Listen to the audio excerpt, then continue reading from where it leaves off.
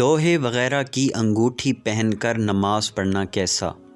سوال: کیا فرماتے ہیں علماء کرام اس مسئلے کے بارے میں کہ اگر کوئی مرد چاندی کے علاوہ لوہے، تانبے یا پیتل کی انگوٹھی پہن کر نماز پڑھے تو اس نماز کا کیا حکم ہے؟ جواب سننے سے پہلے تمام دوستوں سے گزارش ہے، چینل کو ابھی تک سبسکرائب نہیں کیا تو چینل کو ضرور سبسکرائب کریں، ویڈیو کو لائک اور ثواب کی نیت سے شیئر کریں۔ جواب: مرد کو صرف چاندی کی ایک انگوٹھی، ایک نگ والی جس کا وزن 4.5 ماشے سے کم ہو پہننا جائز ہے، اس کے علاوہ کوئی انگوٹھی جائز نہیں۔ لہٰذا چاندی کے علاوہ لوہے، تانبے، پیتل یا سونے وغیرہ کی انگوٹھی مرد کے لیے پہننا ناجائز و گناہ ہے، اور اسے پہن کر نماز پڑھنا مکروہ تحریمی واجب الاعادہ ہے۔